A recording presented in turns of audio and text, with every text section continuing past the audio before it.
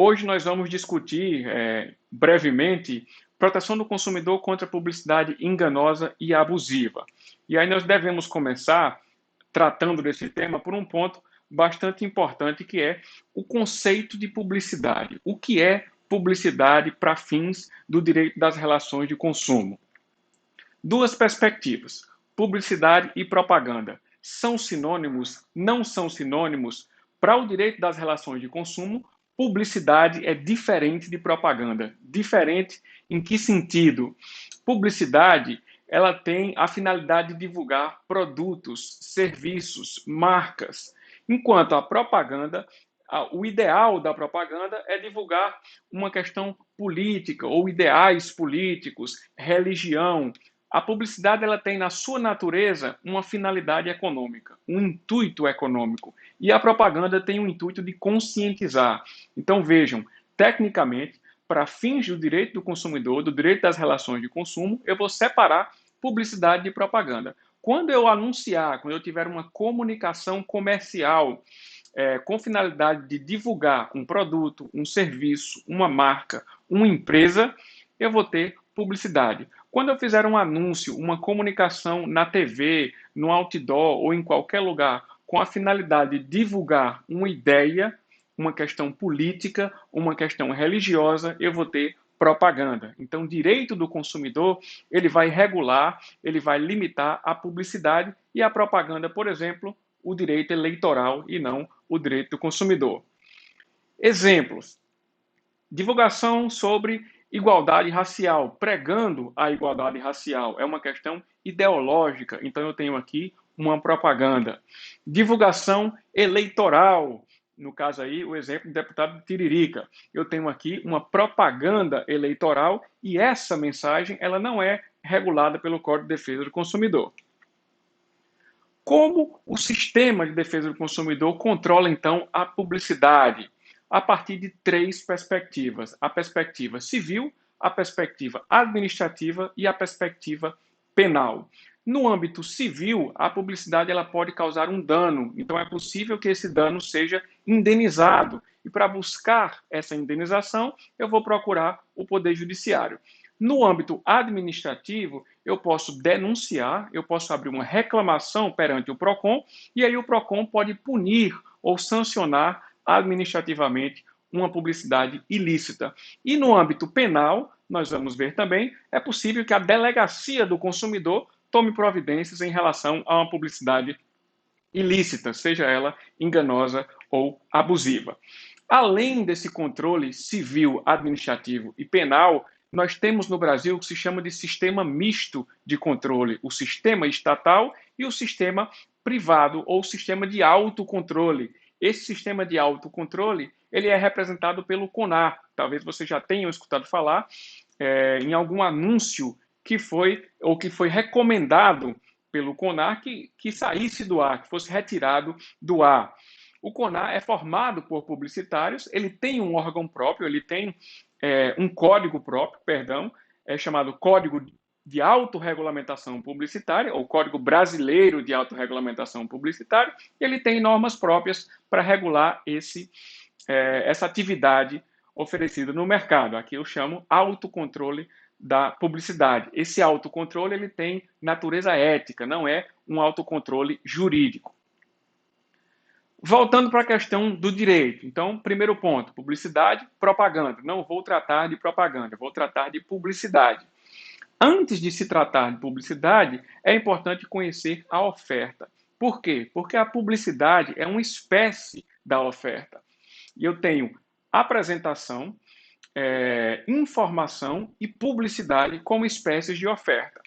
O Código de Defesa do Consumidor trouxe lá no artigo 30 o princípio da obrigatoriedade de cumprimento da oferta. O que diz esse princípio? Toda informação ou publicidade que for suficientemente precisa, em termos de detalhes, ela vai obrigar o fornecedor a integrar o contrato. É chamado princípio da vinculação ou princípio da obrigatoriedade de cumprimento. Isso quer dizer que tudo que for veiculado em uma mensagem publicitária vai obrigar o fornecedor que patrocinou essa mensagem e vai integrar o contrato que for celebrado ou que vier a ser celebrado pelo consumidor. Um princípio bastante importante. Segundo princípio da publicidade, princípio da identificação. O que diz esse princípio? Quando eu, consumidor, eu sou exposto a um anúncio publicitário, eu tenho que saber que aquele anúncio ele tem natureza publicitária. Eu tenho que saber que aquela comunicação tem o intuito de me vender, por exemplo, um produto ou um serviço. E eu tenho que saber isso como? Eu tenho que saber isso de maneira fácil e imediata. Não precisa ter nenhum talento especial do consumidor para que ele identifique isso. O anúncio publicitário ele tem que ser claro em relação à sua natureza publicitária. Ele não pode vir escondido, ele não pode vir de maneira subliminar. E aí vocês já podem presumir que a publicidade subliminar, ela contraria o princípio da identificação da publicidade.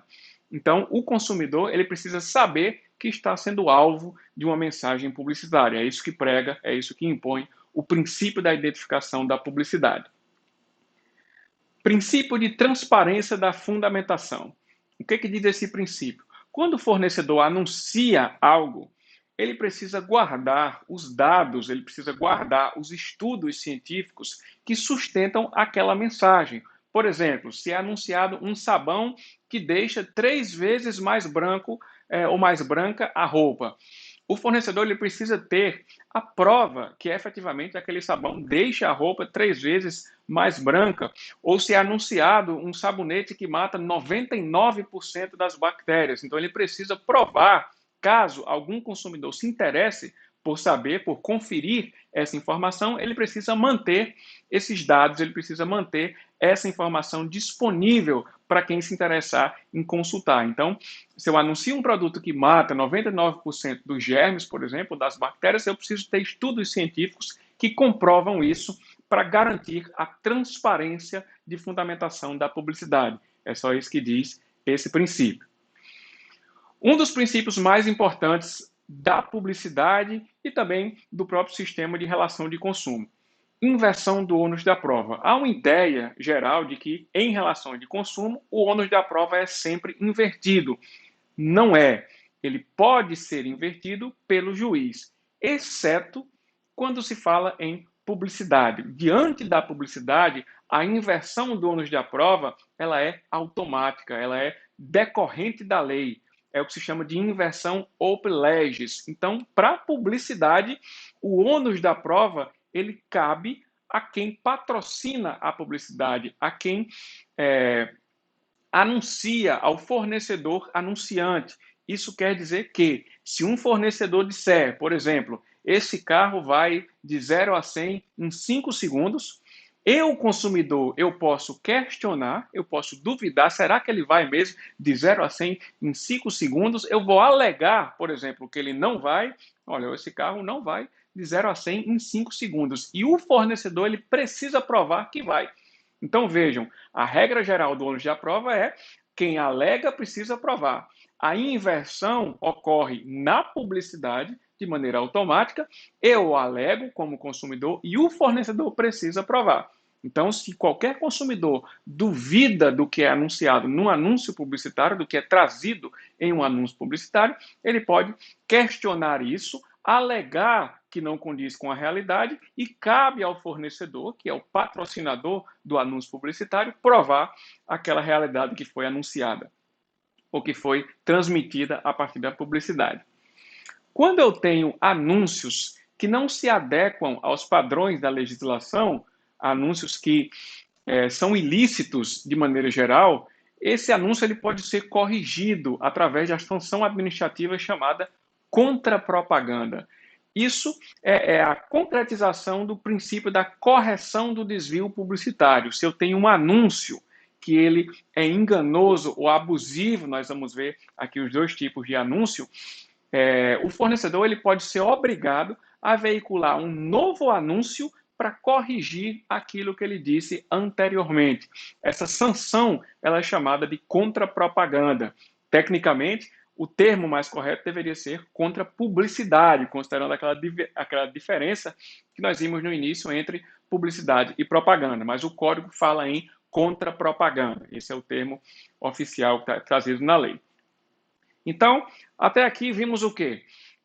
Conceito de publicidade de maneira geral, diferenciando esse conceito de propaganda. Eu tenho publicidade com finalidade econômica e eu tenho propaganda com a intenção de divulgar ou de difundir uma ideia. Então, eu tenho essa diferenciação. Vimos o controle da publicidade, seja ele feito pelo Estado, no âmbito civil, perante o Poder Judiciário, no âmbito administrativo, perante o PROCON, por exemplo, e no âmbito penal, perante a Delegacia do Consumidor, ou DECOM, e o autocontrole, que é feito no Brasil de maneira primordial pelo CONAR, que é o Conselho de Autorregulamentação Publicitária, que tem um código próprio, é um código de natureza ética. Então, eu tenho um sistema misto de controle da publicidade. Em seguida, nós vimos princípios que vão ser aplicados para todas as espécies de anúncios publicitários, como, por exemplo, a vinculação contratual da oferta ou vinculação contratual da publicidade, o princípio da transparência de fundamentação, também é um princípio que é aplicado para todas as formas de publicidade, dentre outros. Todos esses princípios são aplicados para todas as formas de publicidade. O Código de Defesa do Consumidor brasileiro, vejam que é um dos mais modernos do mundo, ele tem definições expressas, não é tão comum a lei trazer definição, ele tem definições expressas da publicidade enganosa e da publicidade abusiva. Nós vamos ver as duas hoje e eu vou trazer exemplos aqui para vocês com ilustrações e imagens. O que o código traz como publicidade enganosa?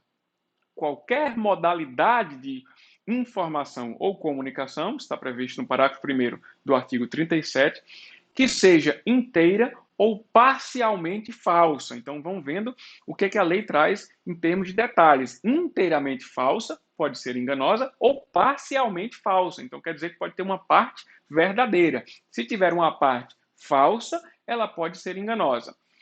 Ou por qualquer outro modo, eu já posso concluir que ela nem precisaria ser efetivamente falsa, ainda que por omissão. Nós vamos ver publicidade enganosa por omissão, e aqui vem a palavra-chave, o que deixa mais fácil de compreender a publicidade enganosa.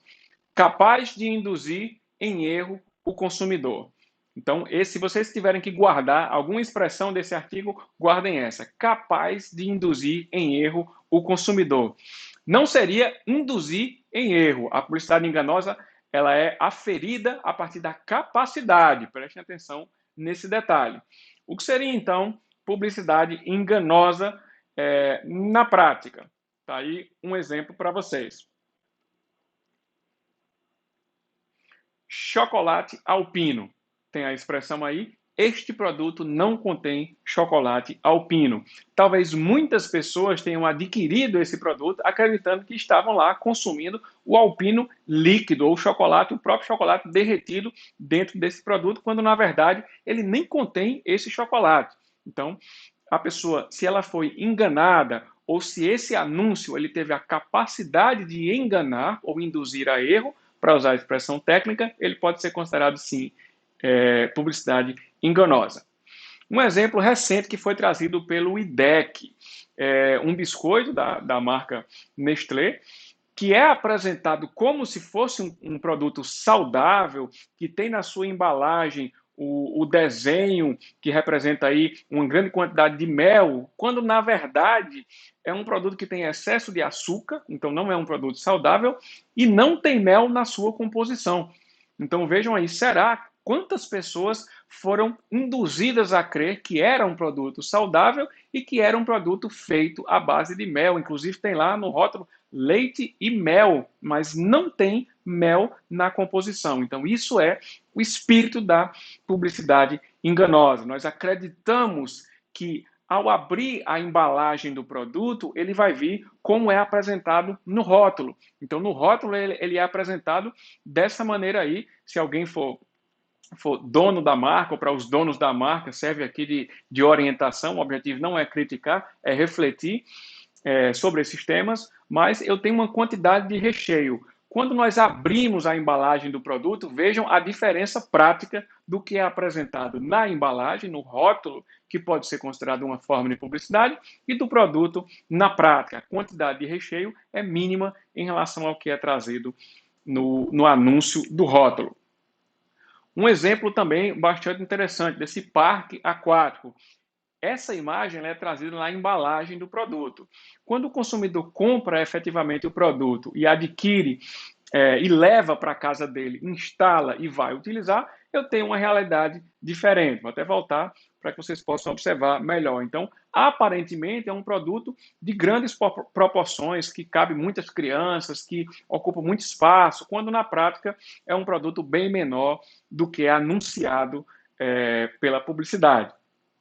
Esse é o grande problema da publicidade enganosa. Por exemplo, quando eu vi esse caso aqui na prática, eu fiquei chocado porque eu fui enganado a vida inteira até esse dia. Não sei se algum de vocês já comprou, já quis comprar o travesseiro da NASA, que inclusive tem um astronauta aí na capa anunciando NASA Premium. E aí, o que eu pensei no primeiro momento? Realmente é um travesseiro que tem tecnologia da NASA, National Aeronautics and Space Administration, americana. Então, essa foi a primeira impressão enquanto consumidor. Depois eu fui descobrir que a NASA significa o quê? Nobre e autêntico suporte anatômico. Então, esse travesseiro não tem nada a ver com a NASA dos Estados Unidos. Então, imagine aí quantas pessoas como eu foram enganadas e acreditaram que aquele travesseiro teria alguma ligação direta com a NASA. É isso que acontece com a publicidade enganosa. Ou, trazendo para um caso um pouco mais corriqueiro, eu ganhei porque usei os fogos do meu amigo. Faça como Obama no Natal e Réveillon, use os fogos do Batata. Então tá aí a divulgação dos fogos do Batata, que ele está ao lado de Obama. E aí, inclusive, dá para ver a mão dele lá no cantinho, no ombro de Obama, para vocês verem como a coisa é bem feita. Então, se algum consumidor é levado a crer que efetivamente Barack Obama ganhou a época porque utilizou os fogos do amigo dele, que está aí, do Batata, essa é uma publicidade, esse é um anúncio que pode ser considerado enganoso. A enganosidade ela pode acontecer por omissão. Quando é que ocorre a publicidade enganosa por omissão? Quando o anúncio deixa de informar algum dado que é essencial. Eu precisaria desse dado para compreender corretamente a intenção daquele anunciante. No exemplo prático, fica bastante fácil. Juros zero em até 24 meses. Qual é a primeira impressão que o consumidor tem ao se deparar com um anúncio como esse? Juros zero, então não vou pagar nada de juros, em até 24 meses. Vai até o estabelecimento. Bom dia, gostaria de adquirir esse veículo. Pode dividir, por favor, em 24 meses? Essa é a compreensão que, pelo menos, eu tive a partir da observação desse anúncio. Quando, na prática, se você quisesse adquirir esse veículo, no caso aí, eu perguntei por curiosidade, algumas dessas imagens foi eu que fiz, você precisava dar 70% de entrada. Então, vejam, uma entrada de 70% do valor do veículo é uma informação muito relevante para um consumidor. E aí não é trazida em momento nenhum. Então, um anúncio como esse, ele poderia sim ser considerado uma publicidade enganosa por omissão. Uma informação tão importante como a entrada, no caso aí de 70% do valor do veículo, o que ia ser dividido em 24 meses seria só os 30% restantes, ela não foi trazida no anúncio. E aí vocês veem outras, trouxe um exemplo aí do Instagram, independentemente da marca, vocês vão ver diversos anúncios em redes sociais, em outdoors, em que não é trazida informação essencial, como, por exemplo, o preço. Você procura nesse anúncio inteiro, tem o valor do bônus, tem o valor da taxa, tem que é dividido em 36 vezes, mas não tem o preço do carro. O preço é uma informação essencial. Então, quando ele não existe, eu tenho também a ausência de uma informação essencial que configura a publicidade enganosa por omissão. Outro exemplo prático que aconteceu em Natal. Concorra a uma TV de 70 polegadas Sony por dia. O que precisa fazer para concorrer a essa TV? Será que era ir ao supermercado e fazer uma compra qualquer? Não. Não sei se vocês conseguem ver, mas ao redor desse círculo tem um texto talvez aí vocês não consigam ver, tem um texto aqui ao redor desse ciclo que diz que só vai concorrer à TV quem comprar a partir de R$ 100 em ovos de Páscoa. Aqui com o preço dos ovos de Páscoa ultimamente não é tão difícil, mas há uma limitação que não foi clara para o consumidor. Todo mundo que vê o anúncio como ele está, acredita que vai poder concorrer ou fazer uma compra qualquer e poder concorrer à TV. A informação essencial que está trazida aqui, ela não foi passada de maneira clara para o consumidor. Só vai concorrer, eu li, só vai concorrer, eu só iria concorrer quem adquirisse acima de R$ 100 em ovos de Páscoa. Essa era a restrição. Então, publicidade enganosa é aquela falsa ou parcialmente falsa, pode ser uma parte dela seja falsa, que é capaz de induzir o consumidor a erro. Vejam, não é preciso que ninguém tenha efetivamente sido enganado, basta a possibilidade de induzir o consumidor a erro. A outra espécie de publicidade que o código traz expressamente é a publicidade abusiva. Então, o artigo 37 do Código de Defesa do Consumidor disciplina publicidade enganosa, foi essa que nós vimos até agora, e disciplina também a publicidade abusiva. O que o código traz sobre publicidade abusiva? Está aí o texto da lei. É abusivas, dentre outras, a publicidade. Eu não vou ler todo esse texto aqui, obviamente, porque eu vou trazer para vocês separado de um por um. O que o código traz como publicidade abusiva? Primeira delas, discriminatória de qualquer natureza. Então, o anúncio publicitário que traz discriminação, ele é considerado abusivo. Se há discriminação na publicidade, eu posso dizer que essa publicidade é abusiva e não enganosa. Exemplos práticos, uma campanha aí que foi realizada há algum tempo atrás pela marca Benetton. Então, nessa campanha foi ilustrado aí o bebezinho loiro como sendo um anjinho e o bebezinho negro como sendo o demônio. Aí foi vista ou foi interpretada claramente como um anúncio discriminatório. Por que não foi o branquinho que foi o demônio e o negro que foi o anjo? Qual o problema? Por que apareceu dessa forma? Eu não estou dizendo que esse anúncio é propriamente discriminatório. Eu trago para que vocês reflitam. Copa do Mundo no Brasil, um anúncio muito infeliz da Ariel, eu estou dizendo infeliz porque recebeu muitas críticas à época na internet, dizendo que a forma que a mulher brasileira iria torcer na Copa do Mundo seria torcer a roupa quando ela fosse lavar. Então, um anúncio extremamente discriminatório em relação às mulheres. Esse tipo de anúncio pode e deve ser considerado publicidade abusiva. E tem outros exemplos práticos aí, muitos deles ligados à figura da mulher. Infelizmente, nós vivemos ainda numa sociedade que deprecia muito, em muitos aspectos, a figura feminina. Cavão, piriguete, pega fácil. Então, são sempre brincadeiras voltadas para as mulheres e, nesses casos, brincadeiras de muito mau gosto. Outro exemplo também clássico. No lado esquerdo você vê a mulher com as pernas cruzadas e aí no lado direito você vê quando mostra um anel, a mulher com as pernas entreabertas. Então é também uma publicidade, ou pode ser considerada uma publicidade discriminatória. Segunda espécie de publicidade abusiva, que incita a violência, explora o medo ou a superstição. Então, esses termos são termos trazidos expressamente no código. A publicidade que incita a violência, explora o medo ou a superstição. Então, eu tenho um anúncio de creme para pele, por exemplo, que é uma beleza que você vai morrer por ela. Poderia ser, sim, considerado um anúncio que explora o medo ou o medo de estar sujo ou contaminado. Esse anúncio aqui, por exemplo, é um anúncio de sabonete. E aqui tem o desenhozinho dele, está em amarelo. É um sabonete e dizer que você não pensou que a sua pele estivesse tão suja. E aí você precisaria usar esse sabonete para que sua pele ficasse limpa. Então, essa é a tônica da publicidade que explora o medo. Se aproveite da deficiência de julgamento e experiência da criança. Eu tenho anúncios voltados para crianças? Tenho sim.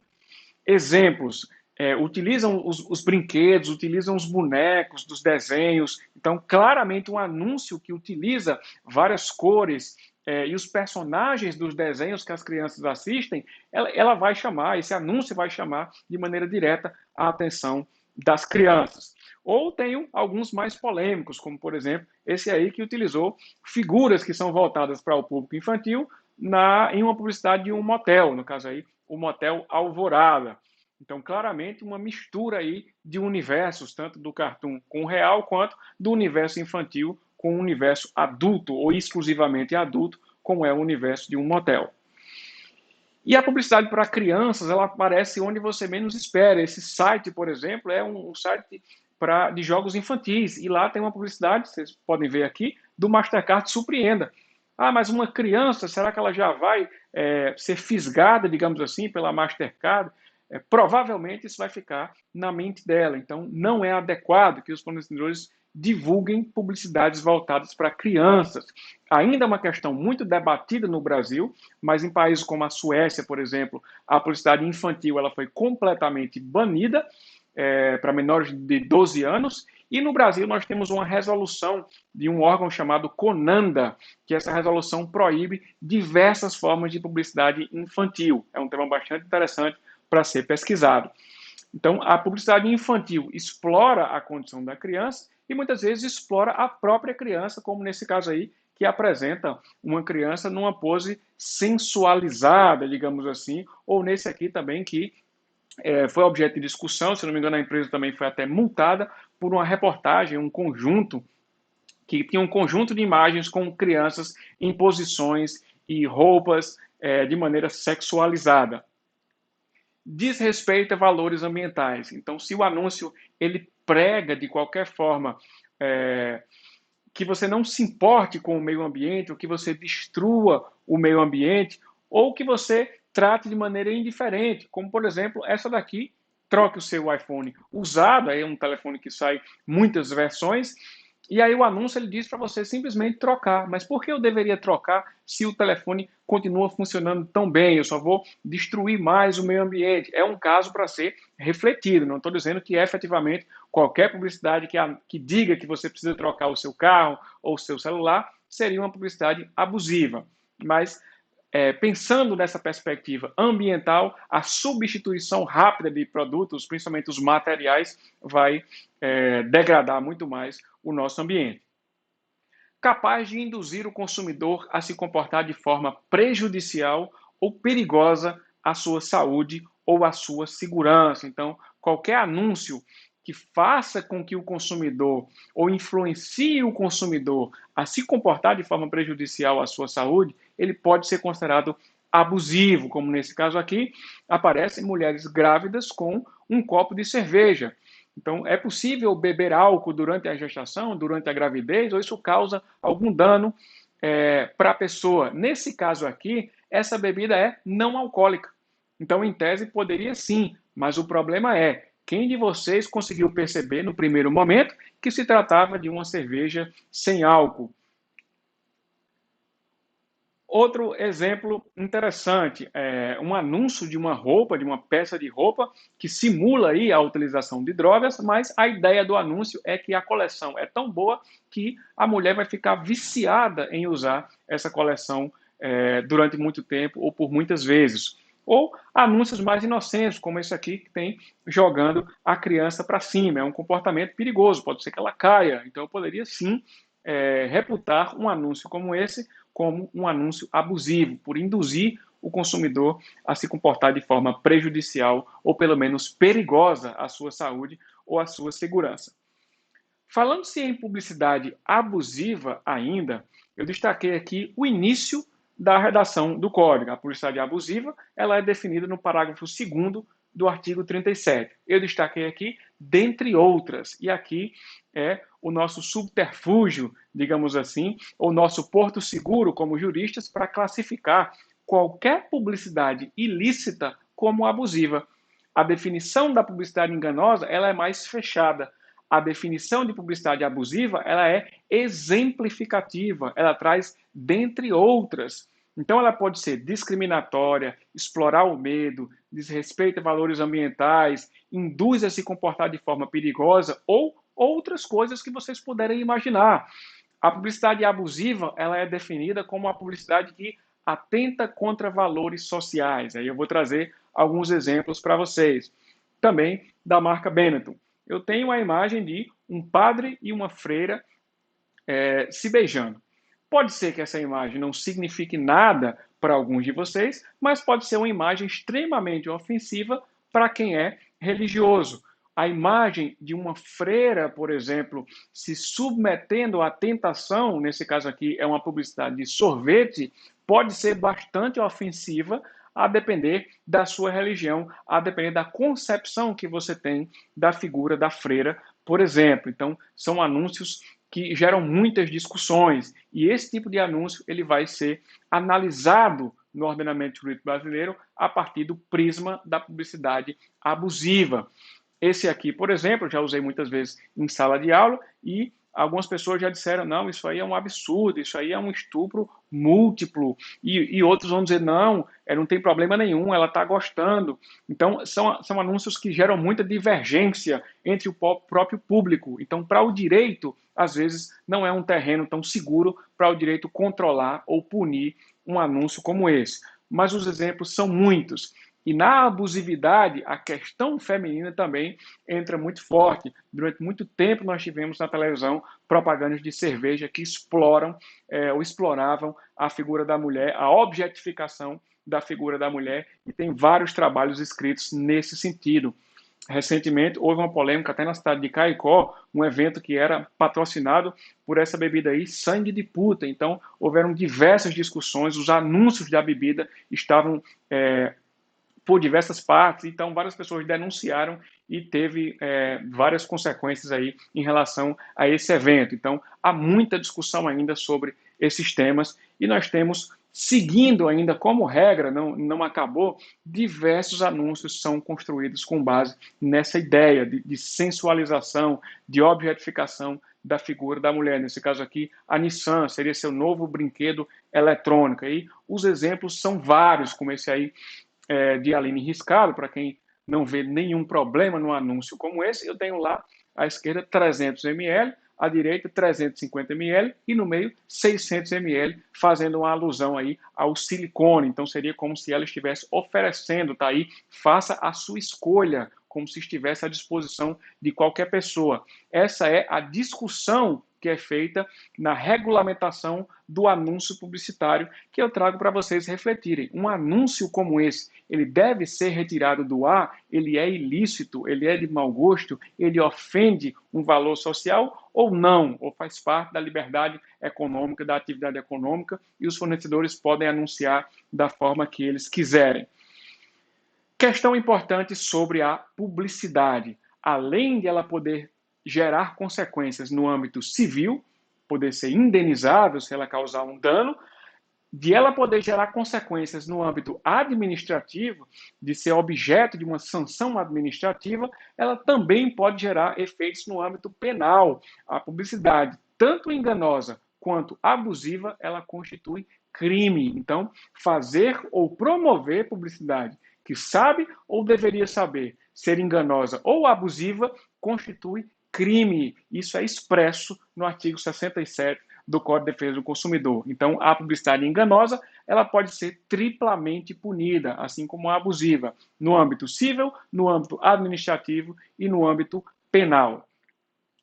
Para finalizar, eu queria só apresentar para vocês, onde eu trago muitos temas, esse era o livro que o professor Paulo falou lá no início, Direito Publicitário, Proteção do Consumidor, a perspectiva protetiva do consumidor de todo esse mercado de anúncios publicitários e, por último, eu deixo aí os meus contatos para vocês ficarem à vontade para entrar em contatos posteriormente, esclarecerem dúvidas, fiquem à vontade.